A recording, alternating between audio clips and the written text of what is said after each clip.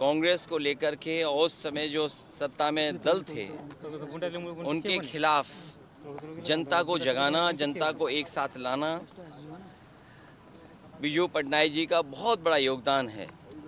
उस समय का जो नेतृत्व था, जो दिल्ली का नेतृत्व था, उस नेतृत्व को दिशा देने के लिए, रणनीति बनाने के लिए और उनको नए रास्ता दिखाने के लिए बिजू पटनायक जी ने हमेशा योगदान दिया।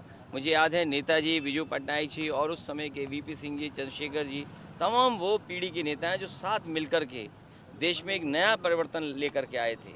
उस समय जो सत्ता में लोग थे उन्हें हटा करके एक जनता दल की सरकार बनाने का भी मौका मिला।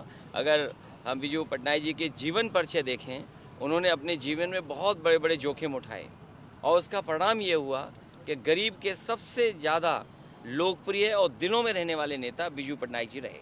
सर, बसपा ने आप पर आरोप लगाया है कि सपा जो है वो दलित के वोटों के लिए किसी भी हद तक जा सकती है और दलित और मुसलमान सपा के बहकावे में ना आए।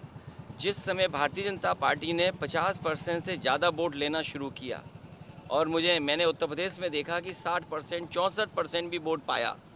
इसलिए जब 60% से ज़्यादा वोट बीजेपी पाने लगी तो पीडीए, पिछड़े दलित आदिवासी, पिछड़े दलित अल्पसंख्यक, पिछड़े दलित आदि आबादी, इन सबको जोड़ने के लिए एक प्लेटफॉर्म, एक छाता, एक सबका साथ लाने के लिए पीडीए का नारा दिया। शायद उसी से घबरा करके तमाम दल समय समय पर समाजवादी पार्टी पर आरोप लगाते हैं।